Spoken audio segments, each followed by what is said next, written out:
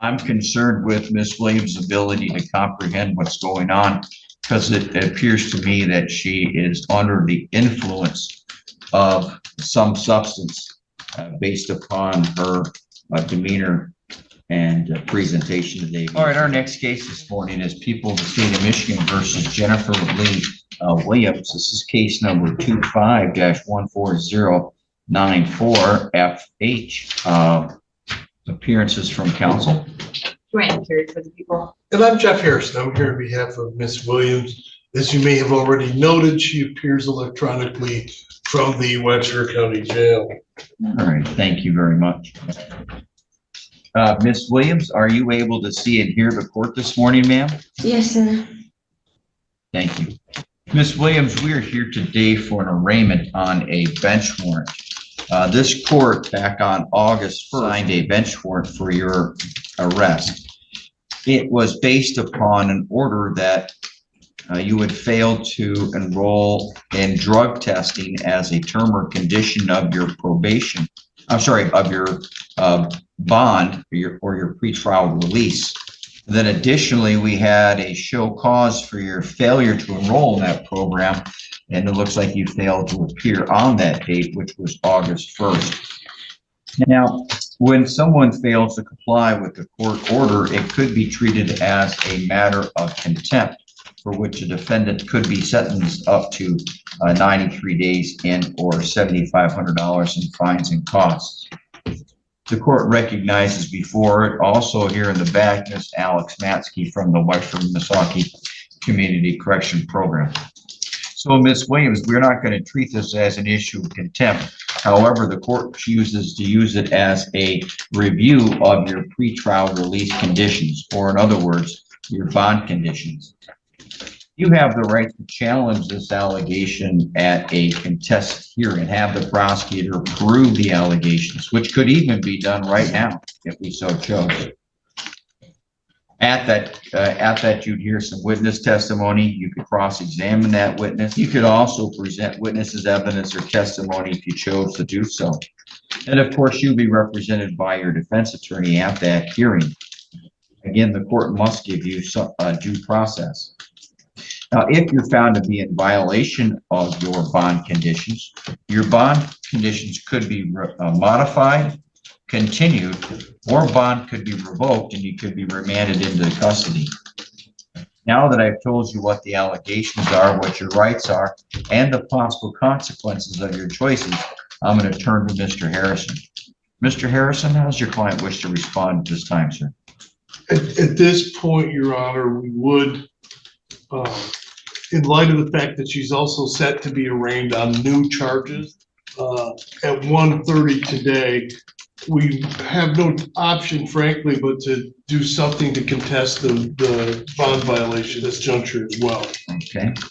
Well, we have a couple options there. Right now, we're at 9:50 a.m. We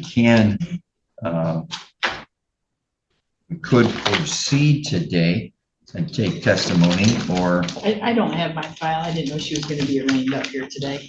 Yeah. I do have the new allegations, all right. but I was just I brought the don't think warrant. it'll be terribly necessary to resolve this today, Your Honor, unless the court deems it so.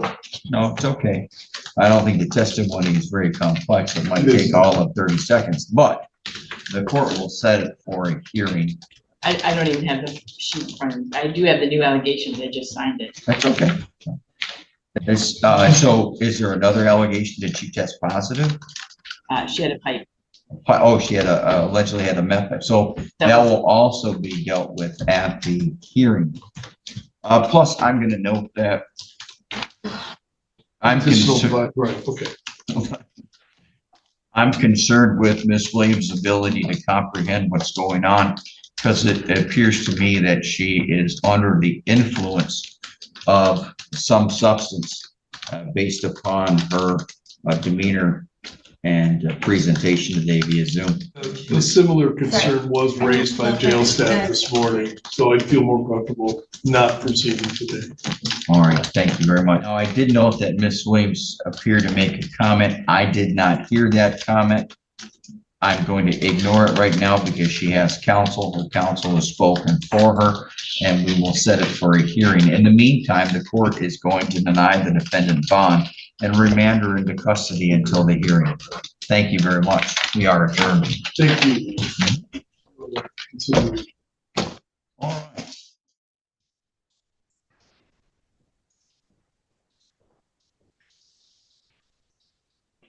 I'm sorry, person at the jail, what is your name? Jennifer, Williams. yes, This is case number 253631 FY, the people of the state of Michigan versus Jennifer Lee Williams. We are here for an arraignment. Ms. Williams, did you have the opportunity to meet with somebody from the defender's office today? yes, sir, I have a complaint that alleges that on or about August 8th, 2025, in the city of Cadillac of Wexford County, in count number 1, it is alleged that you did commit the offense of possession of methamphetamine. That is a felony punishable by up to 10 years in prison and or a fine of $15,000. In count number 2, it is alleged that you did commit the offense of police officer assaulting, resisting, or obstructing, in particular, Sergeant Zach Hicks of the Cadillac City Police Department.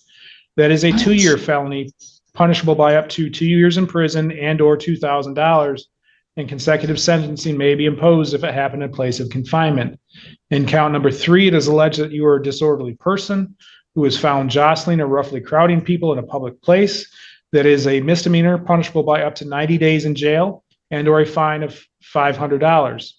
In count number 1 and count number 2, the prosecution has also elected to charge you as a habitual second offender. That means that you have at least one prior felony or attempted felony in your past. That makes the 10-year felony and the 2-year felony punishable by 1.5 times that amount. Do you understand those charges and potential penalties? yes, You also have the right to have a bond set. Your bond is based upon the probability of you appearing at future court appointments, the seriousness of the offense charged, and the threat that you pose to the public. Counsel, and historically, I show a jostling in 2019, domestic violence in 20, in 24, a larceny less than 200, in 24, an attempted resist and obstruct. There was a 4A case back in 17. In 06, there was an MIP of alcohol. 22, an operating while visibly impaired, and 25, a trespass. It's my understanding that she has a bond violation out of the circuit court for I think it was a drug charge and possession of contraband, if I remember correctly. My probable cause affidavit that I read today indicates that she was maybe in absconder status in the circuit court. And I know there was a bond arraignment or bench warrant violation arraignment today in which was set for a contested hearing, if I remember correctly. Probable cause affidavit also indicated that looks like there was an attempt to apprehend her by the bounty hunters, so to speak, looking for her. Any comment regarding bond defender's office? I apologize. I wanted to make the court aware that the circuit court, according to I was informed by Mr. Rector, that circuit court did not accept any plea from her today because she appeared to be under the influence of something to them. I spoke with her about an hour ago, and that didn't strike me to be the case. So I just wanted to make that statement. I will state for the record, I did watch her arraignment this morning via the live stream because I was curious what was going to happen. And it did appear that, to me, it looked like she may have been nodding off at times, but I'm not sure about that. So I can understand where the court was coming from with that. Okay. But I will just say I would be comfortable with the state of mind that she was in at least an hour ago, and assuming it's remained the same with proceedings usual.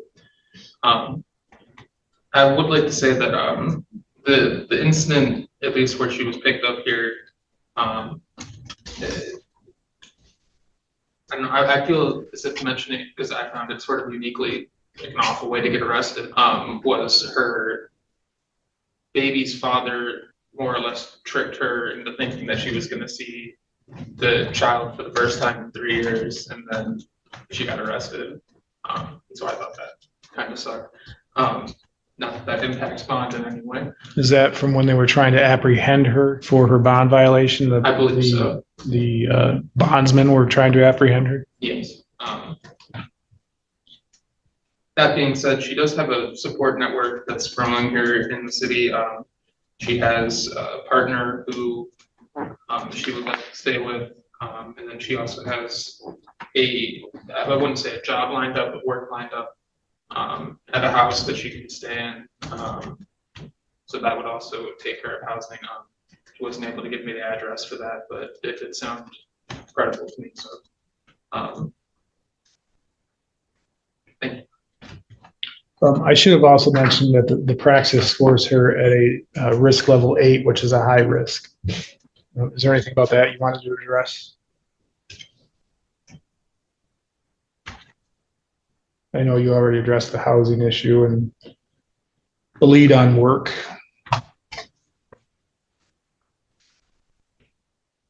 No, Your Honor. All right. Ms. Lawrence? Thank you, Your Honor. I don't think I need to go into too much detail. As the court stated, they read the affidavit on this case. I think it's pretty clear the defendant cannot be successful on bond since she is on bond in circuit court for another possession of meth. And she picked up this new possession of meth while on bond, and also her failure to appear in circuit court as well. Given that, and also the fact that this did happen in a public place, a very busy place at the G&D party store in the parking lot, I do think there are some concerns for public safety in this case. I would ask for random drug testing as well as a $10,000 bond. Thank you. What was her bond in circuit? Do you remember? I believe I was told she had a remand. No, but before she Oh. absconded. In my mind, I thought I had changed her previous bond to 25,000. All right, the court finds that Ms. Williams presents as a flight risk in that she was absconding from circuit court bond, and by the praxis, it looks like for over a month, and that she had failed to enroll. I assume that's in testing, at least based on the findings in the probable cause affidavit that I had to review in order to find probable cause for the charges today. It does appear that she was trying to be apprehended by the bondsman's bounty hunters, and it was not going so well for Ms. Williams. So I do find that she is a flight risk. I also find that she's a threat. I am going to order a $50,000 cash or surety bond since the $25,000 didn't keep her coming back to court or following the bond conditions. Ms. Williams, you are to appear as ordered, keep your contact information current, not leave the state without permission, and to commit no new crimes. I'm also going to order that you not consume any illegal controlled substances, including recreational marijuana, and you'll be subject to random testing. On the situation that you are released from jail, I'm going to order that you be placed on a GPS tether for location purposes only. Ms. Ejomera, anything else? No, Your Honor. All right, we are adjourned. Thank you, jail. Thank you, Your Honor. Have a nice day. You too. We are back on the record now for the 28th Circuit Court here in Wexford. And we're taking up next the case of people of the state of Michigan versus Jennifer Lee Williams. Appearances? Nate Carnes on behalf of the people. Robert Hartzell from Ms. Williams, who joins me to my left here. Thank you. May be seated. Also here before the court today is Miss Alice Matsky. She's an agent with the Wexford Misaki Community Correctional Program here in the building. We are here today for a contested bond violation hearing. Are we running that hearing still, Mr. Hartel? No, Your Honor. After conferring with the people exactly what the allegations are, I've conferred with my client and she would do a guilty plea to those. All right, thank you very much. All right, Ms. Williams, we're here today for a bond violation hearing. So the allegation here is that on August 1st, you failed to appear as ordered for a show cause hearing, and that was itself ordered to address an allegation that you failed to enroll in drug testing. Is it true that you failed to do so, both? Yes. Okay. All right, the court takes a look here, takes additional notice of the terms and conditions of your bond that were previously set while this case was before the 84th District Court. And that was set by Judge Wiggins on or about the 25th of June. All right. Okay, so therefore you're found to be in violation of your bond. So what should we do next with her, Mr. Carnes? Before I do that, let's ask Ms. Mansky. Have you had any contact with Ms. Williams on this file? No. All right, thank you. Mr. Carnes? Thank you, Your Honor. The people are concerned here. This is Ms. Williams' first controlled substance file. It is allegations of possessing meth, which obviously is concerning. And then she was held in jail for probably 10 days. I'm having to do math, so bear with me. Approximately 10 days. Bonded out and then just didn't show up for testing, didn't show up for court. It's very concerning. I think a remand is appropriate given those allegations. She had her shot at bond and I just don't think she can be trusted. I think after a cleaning out period, we can see where the case goes from there. Thank you. Well, listen, I'm going to ask you a couple questions here. Are looking at the felony information, are both counts 1 and 2 both while in the jail? Yes, Your Honor. All right. Yeah, same. And I just wanted to make sure that she didn't get arrested for one and then taken into the jail and then she still had it on her. That's okay. You know what, Your Honor, I'm going to have to look back to the police report to answer that question. Have you done do you have any more information on her prior criminal history? I see that she's got this one prior felony for assault resist. I think there might be 2 misdemeanors. It's not an extensive criminal history. So she's going to score if convicted, not saying that you are, but just helping understand the likelihood of confinement. Sounds like she scored an intermediate sanction cell with probably 0 to 11, at most 0 to 17. That sound about right, Mr. Hartel? That's right. Thank you. While Mr. Carnes is looking up that answer, Mr. Hartel? Yes, Your Honor, I have conferred with Ms. Williams about the situation. It's Okay. Interesting.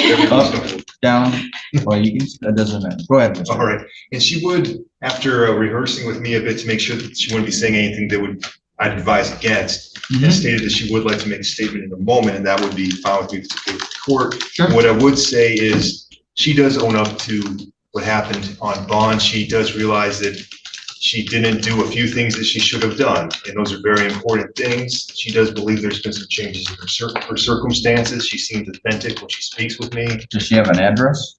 What is? It's West Falmouth Road. I can't remember the numbers. West what? Do you know? It's Falmouth Road. Jake Westor. My boyfriend and I are staying with him. Westor. Yeah, Falmouth Road. In Falmouth. I think it's more in McVeigh. Is there a difference? Falmouth Road. Well, you know, they're Okay, I got it. I know where all those roads but are. I do. And I know Mr. Weston. So. I do know that you know, it's a little bit closer. It's a more stable environment. Even the ladies from CMH said that I looked a lot better. I did know by the point of the date that I got picked up, I did plan on turning myself in. I was just trying to get some things signed up and get my stuff moved over there. And I also, I had a chance to see my son, which I didn't see my kids in almost 3 years. My daughter's been on a lot of different detention centers and somewhere in Michigan, kind of just floating around. And my son's dad, the last time I saw him, he was getting him pizza and never brought him back to me. I had the chance to see my son, and I really wanted to see him, and that's how they lied to me. And I was never going to run. It's not like I would have anywhere to go to, because I mean, plus I really want to see my kids, and I want to get sober, and I want to stay sober. I just haven't had a good living environment to do so. I had the last minute chance of being able to, I thought, see my son, and I wanted to see him before I turned myself in. And all right. I got it it. wasn't. Do you have transportation to and from? Yes, I do know. What do you have? Well, I don't drive. I personally don't drive, but I have 2 guys that I live with that they can get me to where I need to go. Plus Jake's dad and mom, they live just down the road, so they can also help. I swear, I got it, tell me. okay. It's okay, just a second. I gotta hear something from Mr. Carnes. What was the answer to my question? Sure. As far as I can tell from this report, she was facing other charges, arrested, and when she was transported to the jail, there was a package weighing 1.2 grams that weight package together. But that was some other person, So she was arrested, unrelated. unrelated charges, and when they apprehended her, they found meth on her as they were in processing her.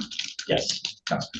Now, I'm told there are new charges in district court. Yes. What are those for? Possession of methamphetamine. I believe there's an R&O as well, but I don't know. That happened while I was on vacation. Is that in regard to her being apprehended on this? Yes, Your Honor. Okay. All right, got it. Anything else, Mr. Hartel? The only thing I'd add would be, if I recall correctly, and upon conferring with her, I do believe it's accurate, their bond on that new case is $5,000, I believe so. I got $50,000 cash surety. That's probably where that came from, I think. All right, thank you. I just asked the court to factor that in. I do believe that she's going to attempt to make that bond, because she did mention that she has resources that she does have to try to help her with that. But obviously, if we remand her here, that would be a moot point. Got you. Thank you. All right, well, the court takes into consideration Michigan Court Rule 6.106. While I don't make a finding of guilt, the court is allowed to consider under that court rule the likelihood of the conviction, and if she was being searched while going into a jail and being apprehended on a warrant, there's no motion to suppress, and therefore the likelihood of conviction is quite high, at the very least, if not on both charges, at least on the one for possession. Now, if she got arrested again on this bench warrant, and during that search, they did the same thing and found her to be in possession, the likelihood of conviction there is relatively high. The court also recognizes that it gave her the opportunity for testing. She didn't do the testing. I'm supposed to be able to consider those other alternatives, such as testing and monitoring, but I can't do it unless she's there. Court therefore revokes bond, remands to the custody of the Wexford County Jail. All right, let's see if we can get these cases moving, and we'll get it on the court's docket. Thank you very much. We are adjourned.